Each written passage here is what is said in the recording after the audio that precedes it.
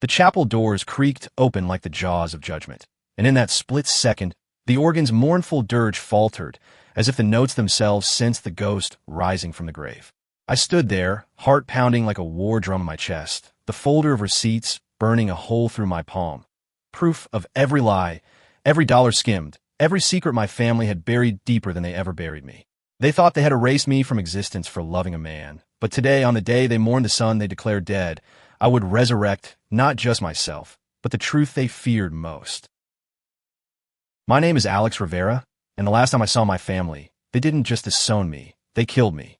It was 2 years ago, in the sweltering heat of a Dallas summer, when the air hung heavy with the scent of barbecue smoke and unspoken sins. I was 26 then, fresh out of a dead-end job at the local auto shop, grease under my nails and dreams bigger than the endless Texas horizon.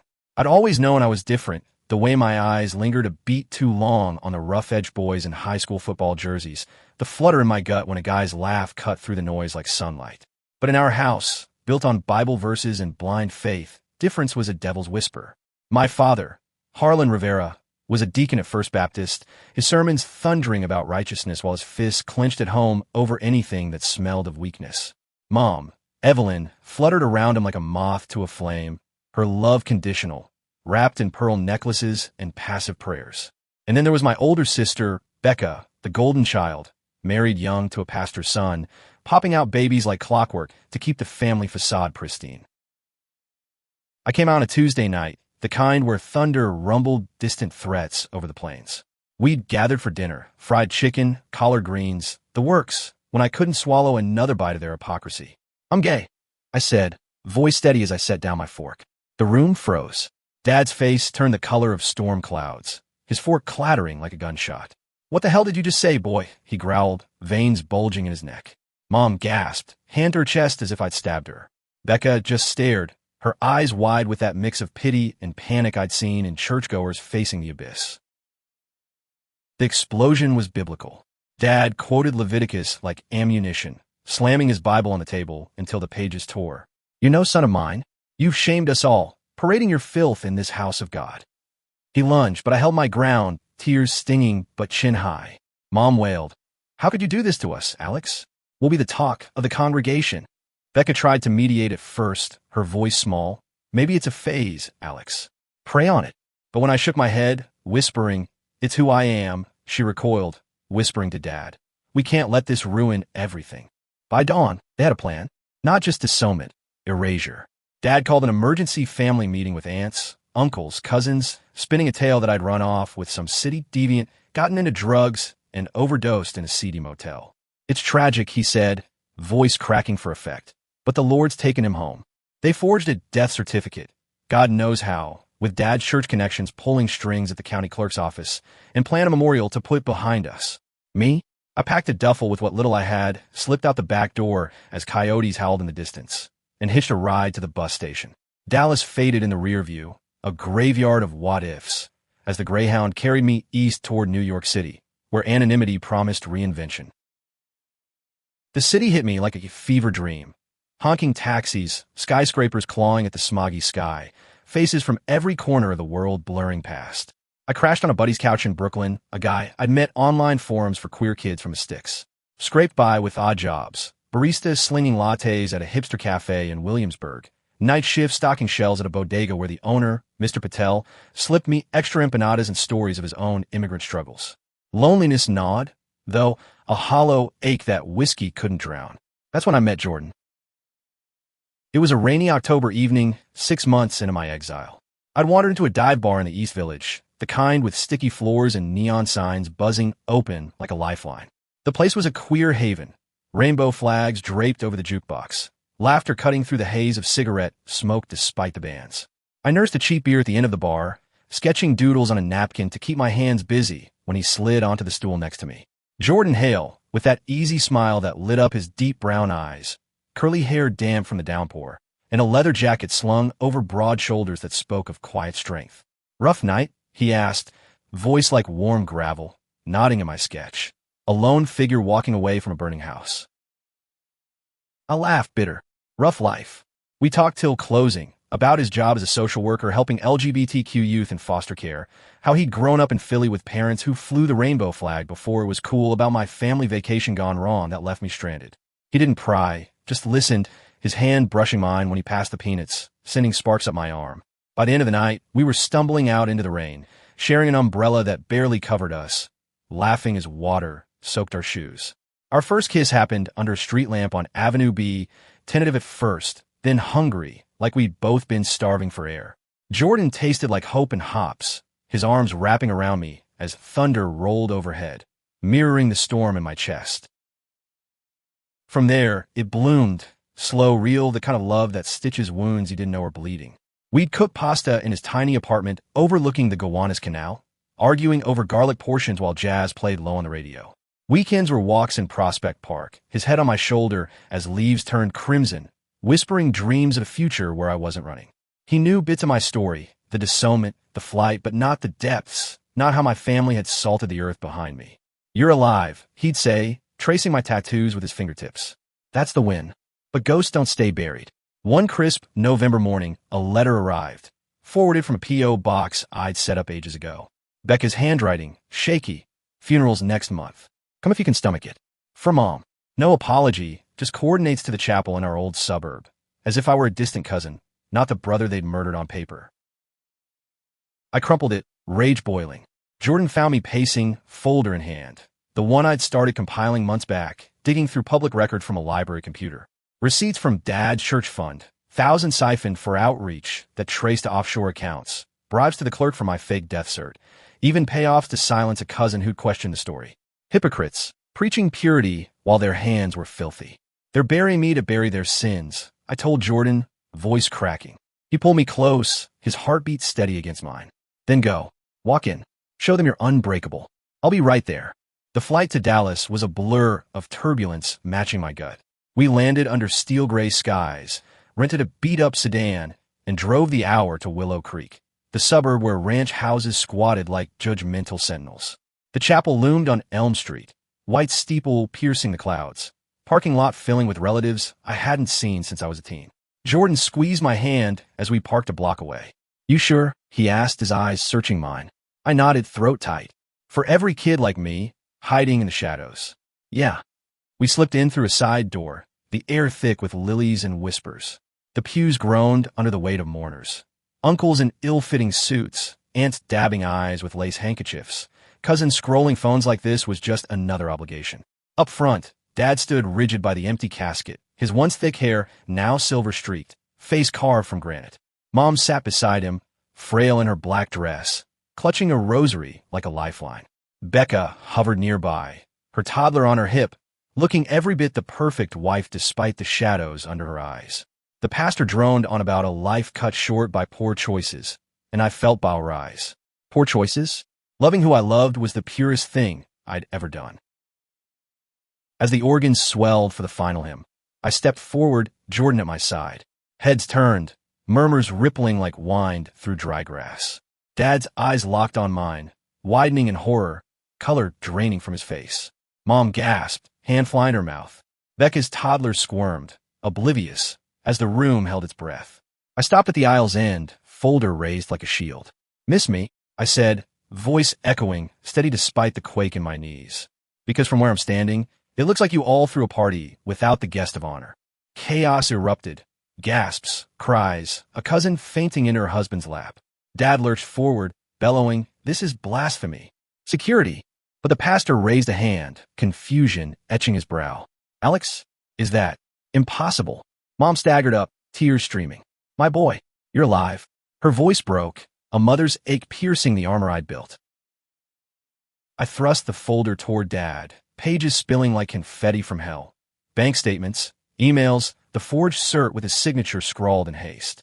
"Alive in accounting," I said, the words tasting like ash and victory. "You didn't just kill me on paper, Harlan. You stole from the flock to cover your tracks. Every cent for your good works went to protecting your reputation. And for what? Because your son fell in love with a man?" The congregation buzzed, phones emerging as whispers turned to outrage. An uncle muttered, "Harlan, what have you done?" Becca clutched her child tighter, eyes darting between us, guilt cracking her composure. Jordan stood firm beside me, his presence a quiet anchor, his thumb stroking my knuckles, a silent vow that we were in this together. Dad snatched a page, scanning it, face crumpling like wet paper. It's not. We had to. The shame. I cut in, voice rising, raw with years of bottled fury. The shame was you choosing lies over blood. Over me. Mom reached for me then, trembling fingers brushing my arm. Forgive us, Alex. We were scared. The church, the town. We thought it was mercy. Mercy. The word hung, bitter as gall. But in her eyes, I saw the woman who'd bandaged my scraped knees, sung me lullabies about prodigal sons. Fractured, yes, but not irreparable. The pastor cleared his throat. Perhaps. We adjourn. This is a miracle, brothers and sisters. A resurrection. Murmurs shifted to awe, a few hands clapping tentatively. As the crowd milled, Jordan pulled me aside into the vestibule where sunlight slanted through, warming the chill. You did it, he whispered, cupping my face, his lips brushing mine in a kiss that tasted of salt and salvation. Proud of you. I leaned into him, the weight lifting, if only a fraction. The fight wasn't over. Lawyers, headlines, the slow unraveling of Dad's empire. But for now, I was seen. Alive. Loved. Yet as we stepped back into the fray, Dad approached, shoulders slumped, the deacon's fire dimmed to embers. Son, he rasped, the word foreign on his tongue. Can we talk? I glanced at Jordan, then at Mom's hopeful gaze, Becca's tentative nod. The receipts lay scattered like fallen leaves, truths exposed to the light. And in that moment, amid the wreckage of our shattered history, I realized resurrection wasn't just about walking in. It was about choosing to stay, to rebuild on the bones of what was.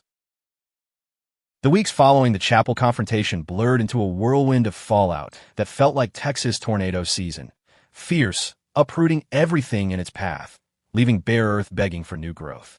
News vans camped outside the family home, reporters hungry for the scoop.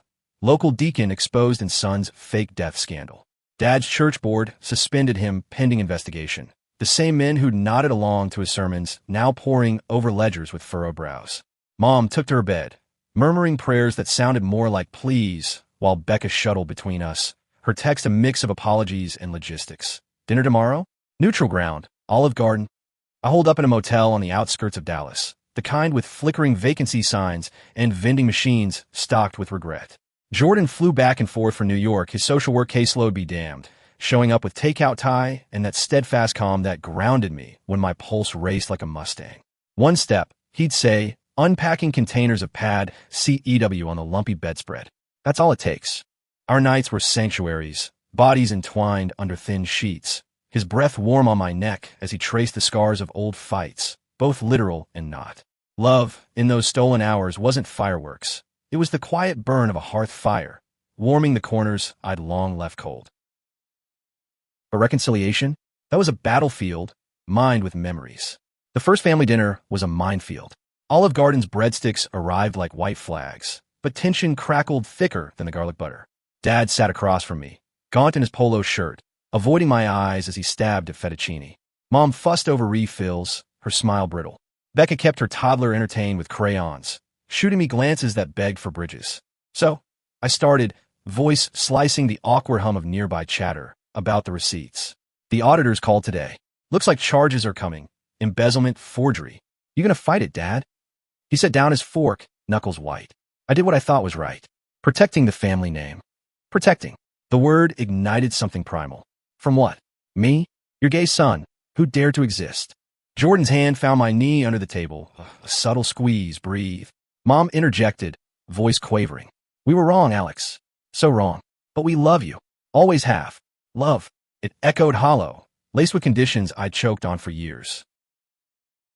Becca leaned in, eyes glistening. I pushed for the funeral, you know. Thought it'd give us closure. Instead, it broke us open. Her admission hung, a crack in the armor. For the first time, I saw her not as accomplice, but casualty, trapped in the same web of expectations, her own queerness perhaps lurking unspoken. We talked then, haltingly, about the nights after I left. Dad's benders, Mom's silent tears, the congregation's whispers turning to outright shunning. They called you a cautionary tale, Becca said. Sermons on Sodom, with your name as the punchline. Rage ebbed into pity, a tide pulling back to reveal jagged rocks. By dessert, tiramisu that tasted like dust, I extended an olive branch. Therapy, I said flatly. Family sessions. Where this ends here. Dad nodded, defeated. Whatever it takes, son. Son. It landed softer this time, a seed in parched soil. Back in New York, life resumed its rhythm, but I carried Texas like a stone in my pocket, heavy, shaping me. Jordan and I dove deeper into our world, volunteering at the Ollie Forney Center, where queer youth shared stories that mirror my own, their eyes lighting up when I spoke of survival.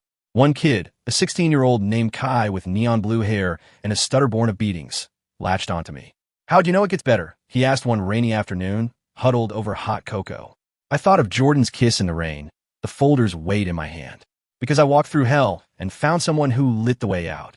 Our romance deepened in those days, evolving from refuge to revolution.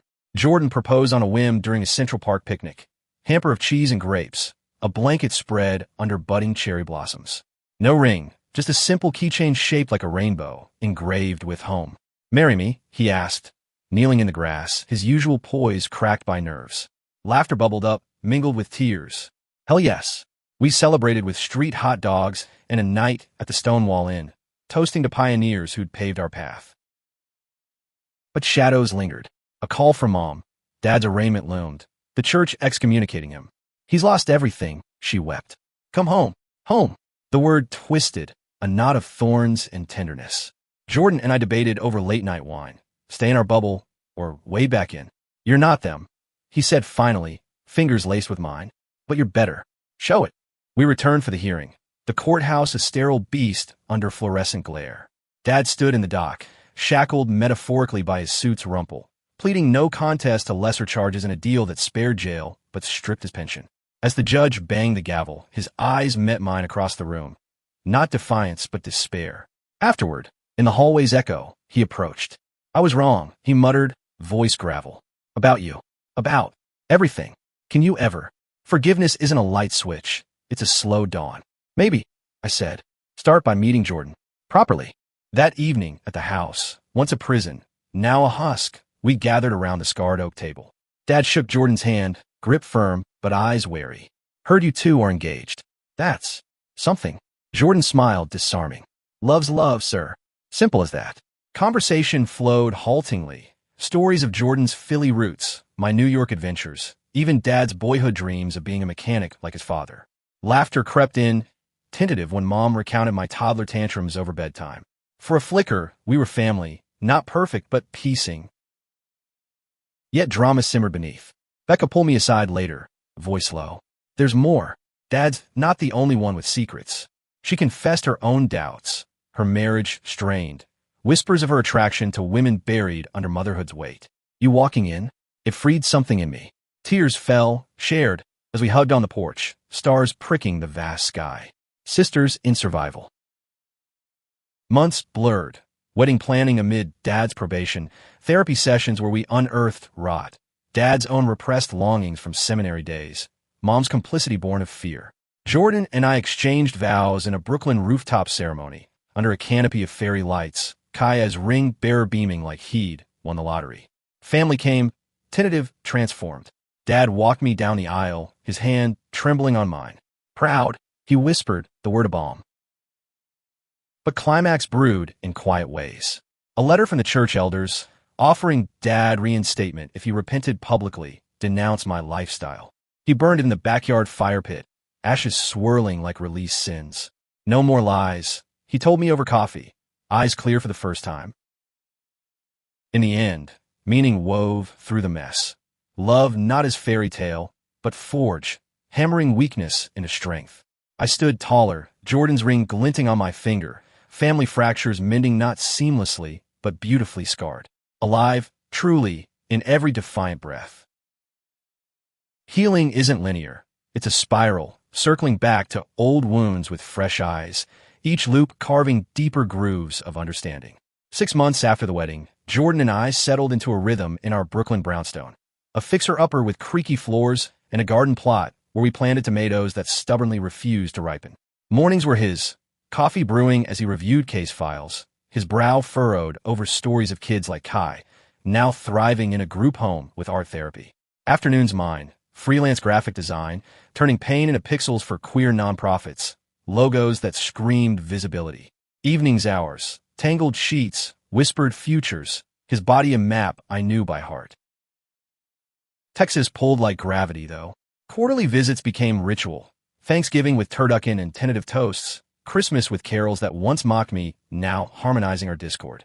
Dad, humbled by community service at a local shelter, started volunteering with queer outreach, his gruff voice stumbling over terms like ally. Learning curve, he'd grunt, but the effort shone. Mom bloomed, joining a book club that veered into progressive reads, her pearls swapped for protest pins. Becca, emboldened, came out to her husband in a tear-streaked confession. Divorce papers followed, but so did custody shared with Grace and late-night calls where she and I swapped dating app horror stories. Tension crested that spring, a storm front rolling in unannounced. I'd been invited to speak at a Dallas Pride event. Ironic homecoming. The organizer said, "Your story's lightning in a bottle." Jordan tagged along, ever my anchor, but back home, Dad's old deacon rival, Pastor Grimes, stirred the pot. A blistering newsletter circulated. The Rivera's reckoning. Sin's return? It dredged my funeral farce, painting me as seducer. Dad has fallen. Calls flooded, harassment to Mom, graffiti on Becca's minivan. Repent or burn. Rage reignited, hot and holy. I paced our motel room, Jordan's arms my only tether. "They're afraid," he murmured, lips against my temple. "Of what you represent. Truth over tradition." We drove to the church that Sunday, uninvited, hearts hammering. The sanctuary buzzed, Grimes mid-sermon on false idols. I stood at the back, Jordan's hand in mine, until the words stung too sharp. Families torn by perversion. Enough! My voice boomed, echoing off vaulted ceilings. Gasps rippled. Grimes faltered, pulpit gripped like a lifeline. I strode forward, aisle parting like Red Sea. "I'm Alex Rivera, the perversion in question. And I'm here to tell you, love didn't tear my family. It mended it." Jordan flanked me, proud silhouette. The congregation leaned in, a mix of horror and hunger. I spoke then, unscripted, of the fake death, the receipts, revelations, Dad's fall and rise. "We all sin," I said, eyes sweeping faces. "But grace? That's choosing sight over blindness." Grimes sputtered, but an elder stood, nodding. Let him finish. Applause built, hesitant then thunderous, drowning the doubters. After, Dad waited in the narthex, eyes misty. "Brave, son." We hugged. Awkward, real, the first without reservation. Grimes slunk away, newsletter's poison neutralized. Romance, amid tumult, deepened our bond. Jordan and I stole away post-event to the ranch's old barn, hayloft where I'd hidden as a teen, dreaming of escape. Under stars piercing the roof slats, we made love slow and sacred, his whispers of forever sealing us against the world. "You're my miracle," he breathed, fingers in my hair. Back in New York, normalcy nested, adopting a rescue mutt named Scout, who chewed shoes but chased shadows with joy. Kite graduated high school, his speech thanking the guy who walked into his funeral and out of mine. Pride swelled, humanistic core affirmed, every story a thread in the tapestry of resilience. Yet drama lingered in undercurrents. Becca's ex sued for full custody, citing her lifestyle change as unfit. Courtrooms chilled the soul, lawyers dissecting her dates, her doubts. We rallied. Jordan's expertise on youth impacts swaying the judge, my testimony on family redemption sealing fairness. Shared custody won, a victory bittersweet. Climax crested at summer solstice, a family barbecue under the live oaks. Dad grilled ribs, Mom's potato salad legendary, Becca's new girlfriend shyly charming. As dusk fell, fireflies dancing, Dad raised a glass. To Alex for coming back. For teaching us life. Tears flowed, laughter chased, the circle complete. In that glow, meaning crystallized, not erasure, but embrace. Gay, straight, fractured, whole, we walked forward, receipts of the heart in hand, proving love's the only eternal truth. As summer surrendered to autumn's amber embrace, the scars of our saga softened, blending into the landscape of lives remade. Jordan and I dove into domesticity with a fervor that bordered on defiance, renovating the brownstone's kitchen, arguing over subway tile versus shiplap, his laughter echoing as paint splattered our skin like war paint. Work flourished, My designs caught eyes at a queer film festival, landing a contract for a documentary on invisible funerals, stories of disowned kin mourned in absentia. Jordan's caseload grew, his passion igniting panels on foster reform, where he gripped the mic, voice steady. Every kid deserves a resurrection. Texas ties tightened, threads weaving tighter. Dad, post-probation, apprenticed at a garage. Wrenches and calloused hands, oil stains a badge of humility. He'd call Sundays, awkward updates on carburetors morphing to questions about her life. That Jordan, good man. Pride wore my replies. Mom hosted mending circles, inviting church widows for tea and talks on forgiveness. Her Bible, now annotated with inclusive margins. Becca thrived in co-parenting. Her girlfriend Lena, a quiet force. Artist with henna hands and a laugh like wind chimes. Nights out evolving to family brunches where her kid called me Uncle Alex without prompt. But peace is fragile porcelain, cracked by unseen faults. The fracture hit in October, leaves carpeting the ranch like warnings. A letter arrived at the old address, forwarded to me. Anonymous, typed, postmarked Dallas. Your father's not reformed. Check the new fund, same sins, new sheep. Paranoia prickled. I dismissed it as Grimes' ghost, but doubt festered. Jordan sensed it, pulling me close one rainy evening. Dig if you must, but don't let it devour you. His eyes, deep pools of trust, steadied me. I flew solo, landing in DFW under blue skies. Dad's garage smelled of rubber and redemption, his face lighting as I entered. Surprise visit? What's brewing? Over coffee in the break room, stale donuts, and vending hum. We talked shop, but my pulse thrummed. Heard whispers, I said casual, about a new church drive. Everything above board. His cup paused mid-sip, eyes sharpening. Why ask? The letter burned in my pocket. I showed it, words stark. Color drained from him. Not again, he muttered, but deflection laced his tone. Tension coiled. We drove to the house in silence, radio's country twang mocking the rift. Mom's eyes widened at the envelope, hands fluttering. Harlan, Dad sighed, deflating. It's nothing. Grimes stirring, trying to drag me down. But receipts don't lie, metaphor or literal. I insisted on records, laptop open on the kitchen table under harsh fluorescence. Entries blurred, donations to a youth purity program, outflows to vague consultants. Patterns emerged, familiar shells, laundered through a cousin's LLC. Dad, I whispered, betrayal bitter, tell me it's not. He crumpled, head in hands. I slipped. After the scandal, the board approached. Help us rebuild trust, they said. Small favors at first. Then, more. Tears tracked his weathered cheeks. Thought I could atone my way. Stupid old man. Mom gasped. Becca, summoned by text. Arrived furious, toddler in tow. After everything, we trusted you. The confrontation raged. Voices rising. Accusations flying like shrapnel. You almost destroyed us once. Becca yelled. Mom wept silent. I stood frozen. History's echo deafening. Me, the problem child, now judge. Jordan's text buzzed. Call. Whatever it is, we're us. Strength surged. Stop, I commanded, voice cutting fog. This isn't 2019. No more graves. We sat, raw, excavating. Dad's fear of irrelevance, the church's cultish pull, our collective complicity in silence. Dawn crept, coffee cold, as confessions cascaded. Becca's own financial fudges for family help. Mom's overlooked signs. Human, horribly. Resolution dawned slow.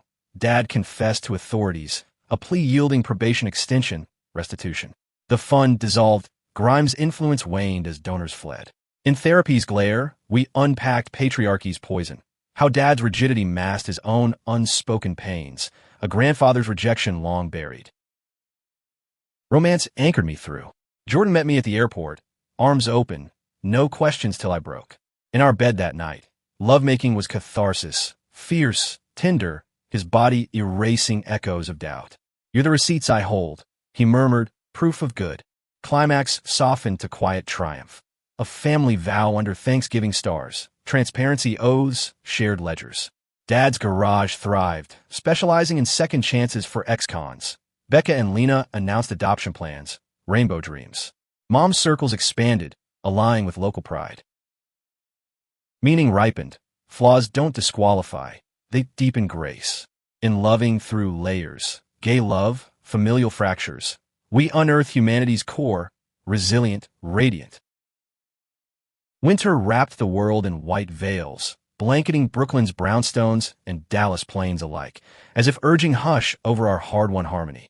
Jordan and I leaned into the season's coziness, stringing lights on our stoop, baking gingerbread men that Scout devoured with gleeful slobber. His promotion to program director meant longer hours, but evenings glowed. Curled on the couch, his head in my lap as I read aloud from Audre Lorde, words weaving spells of queer endurance. "This is us," he'd say, fingers tracing my thigh. Unbreakable mosaic. Texas thawed with spring's promise, visits blooming fuller. Dad's garage expanded, hiring Kai for summer internship. The kid's stutter faded amid torque wrenches, his grin payment enough. Uncle Alex hooked me up. He'd text, photos of grease-smeared pride. Mom's book club morphed to action, petitioning school boards for inclusive curricula. Her voice, once whisper, now rallying crowds. Becca and Lena's adoption journey hit bumps. Agencies wary of non-traditional, but resilience rallied. Fundraisers, lawyer huddles, our circle a fortress. Drama stirred subtle, a undercurrent swelling to wave. It crested at Pride Month, Dallas Festival pulsing with color. Floats blaring Lady Gaga, vendors slinging rainbow merch under relentless sun. I keynote again, Jordan beside, our hands linked on stage as I shared funerals to festivals. Loving loud. Cheers thundered, but backstage, a shadow loomed. Pastor Grimes, gaunt and graying, cornering Dad. "Harlan, come back. Redeem yourself." Denounce the parade. Eavesdropped, hearts sinking. Dad's laugh barked hollow. "Redeem? By hating my son? Pass." But Grimes pressed, voice oily. "The board misses you." One statement. Tension crackled. I stepped in, Jordan's grip tightening. "Problem, preacher?" Grimes sneered. "Sodom spawn. You'll drag him down again." Words ignited tinder. "Drag?" I lifted him. "From your lies." Dad roared, fist clenched. Jordan intervened. "Calm steel. Walk away, sir. Hate has no seat here." Grimes slunk, but venom lingered. Anonymous posts online, dredging scandals, doxing Mom's circle. Fallout fermented. Threats to the garage. Becca's ex leveraging for custody revisit. Fear coiled, but fury forged action. We lawyered up, countersued for defamation. Grimes' empire crumbling under subpoenas. Family huddles turned strategy sessions. Dad's contacts exposing Grimes' own hypocrisies. Affairs, tithe schemes. Karma's wrench. Dad quipped, first joke in weeks. Mid-crisis, romance reignited fierce. Jordan and I escaped to the Adirondacks, cabin nestled in pines, lake mirror to stars. No phones, just us. Hiking trails hand in hand, his laughter echoing off birches. Evenings by firelight, stories swapped. His coming out at 15, prom with a beard and solidarity. My hidden crushes, football bleachers as confessional. Lovemaking under quilts, slow exploration. His moans a symphony, bodies sinking like tides. "You're my north," he gasped, climax cresting. "Always." Climax broke in court, Grimes hearing a spectacle. Press crammed, our family front row. His testimony unraveled, lies tripping like drunks. Judge's gavel fell. Fines, injunctions, ministry shuddered. Victory tasted sweet, but hollow without grace. Post-verdict, Dad approached Grimes in the hall. "Pray on it," he said simply. "Find your way." Healing cascaded. Becca's custody solidified. Adoption greenlit. A baby girl promised rainbow nursery. Mom's petition passed. Books like In Tango Makes Three shelved in schools.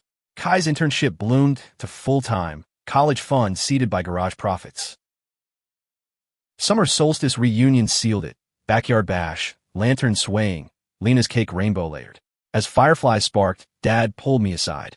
"You saved me, Alex." Not the other way. Tears pricked, hug lingered. Meaning distilled. Confrontation births compassion. Love the alchemist turning leaden past to gold. In our tapestry, gay vows, familial forges, we embodied the human spark, flawed, fierce, forever rising.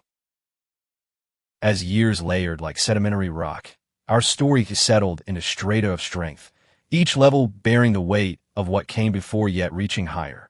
Jordan and I marked anniversaries with intention. Third year a weekend in Provincetown, whale watches and drag brunches, his proposal keychain now joined by matching bands etched with coordinates of our first kiss. Work wove purpose. My documentary premiered at Tribeca. Receipts of the heart, earning standing ovations, tears from viewers who'd walked similar graves. Jordan's program expanded, safe houses sprouting like dandelions. Kai now counselor in training, his blue hair faded to wisdom. Texas transformed, a phoenix from fundamentalist ashes. Dad's garage rebranded Resurrect Auto, specializing in electric conversions. Green future nodding to past sins. He'd mentor a pride, gruff tales of fixing what's broke inside. Mom circles evolved to coalitions, bridging churches and sinners. Her TEDx talk from morning to morning, viral, gray hair haloed in hope. Becca and Lena's daughter, Riley, toddled into our lives, a whirlwind of curls and questions. Her first word, uncle, aimed at me during a video call, melting miles. Yet drama, that eternal companion, scripted encores. It unfolded in autumn's harvest moon fat and foreboding.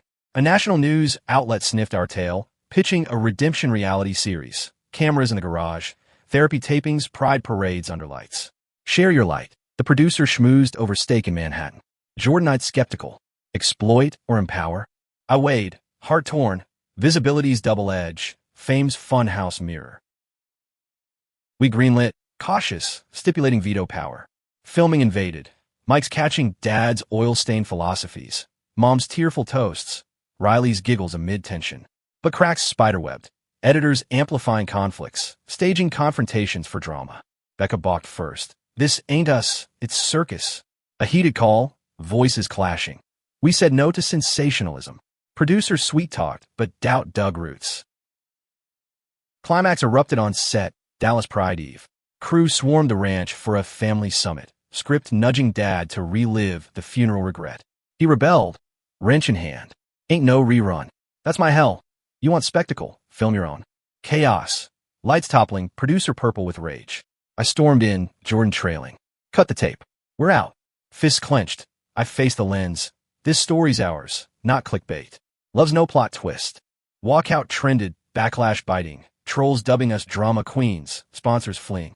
But allies amplified. Glad endorsements, Kai's op-ed in the Times. Network caved, series scrapped, our narrative reclaimed. In the wreckage, romance refortified.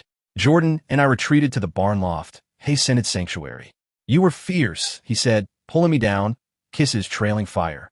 Bodies arched, urgent, his hands mapping scars, mine claiming curves. Ecstasy crested, waves crashing, his cry mine echoing truths. Resolution rippled. Documentaries sequel funded independently, raw voices unfiltered. Dad's shop boomed, eco-angle drawing celebs. Mom's coalition lobbied federally, bills blooming. Becca's family grew, Riley's brother on horizon. Kai proposed to his partner at our holiday gathering, ring simple as our keychain. Winter's Eve, snow dusting the garden, we gathered, extended kin, chosen in blood. Toasts circled, to ghosts laid, futures forged. Dad's eyes met mine across flames. Eternal thanks, son. Meaning, profound as roots. Trials temper, but tenderness triumphs. In our queer chronicle, betrayals buried, loves exhumed, we proved humanity's hymn. Resilient, radiant, relentlessly kind. Decades danced by in a tapestry of triumphs and tender turns. Our saga evolving from survival's sharp edges to wisdom's wide horizons. Jordan and I aged into silver foxes, him with laugh lines etching joy around those steadfast eyes, me with salt and pepper stubble that he teased, made me distinguished trouble. Our brownstone, once chaotic canvas, now hosted grandkids' chaos. Riley's teens plotting pranks, her brother's Lego empires sprawling across floors. Scout long gone, replaced by a prissy cat named Echo, who judged our dances in the kitchen to old jazz records. Texas beckoned less urgently, but bonds burned eternal.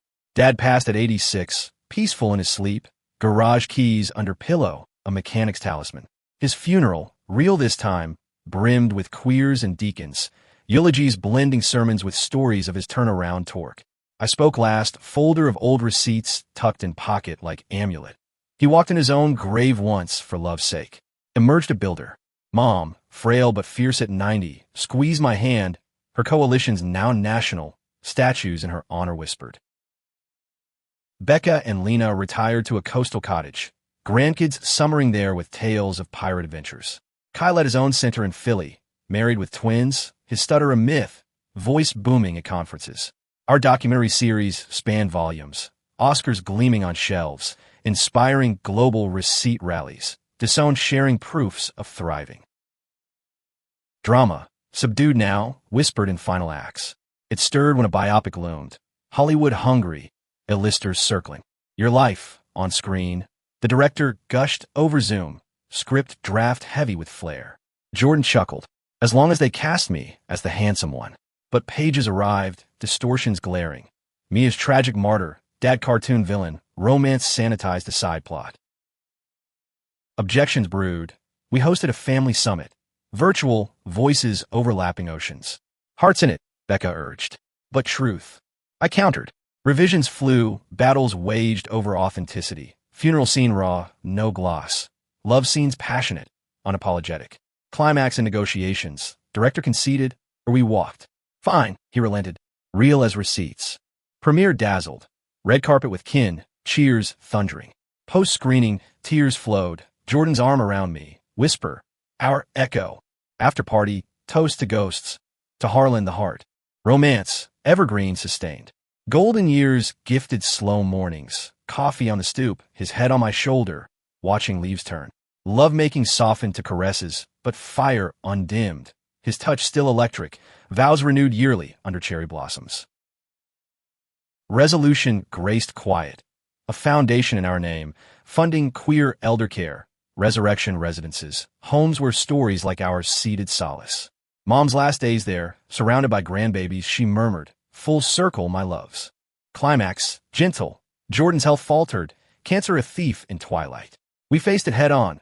Hospice laughs, his hand in mine, eyes locking. Best plot twist. He slipped at dawn, birdsong herald, leaving me adrift yet anchored by legacy. Meaning, eternal.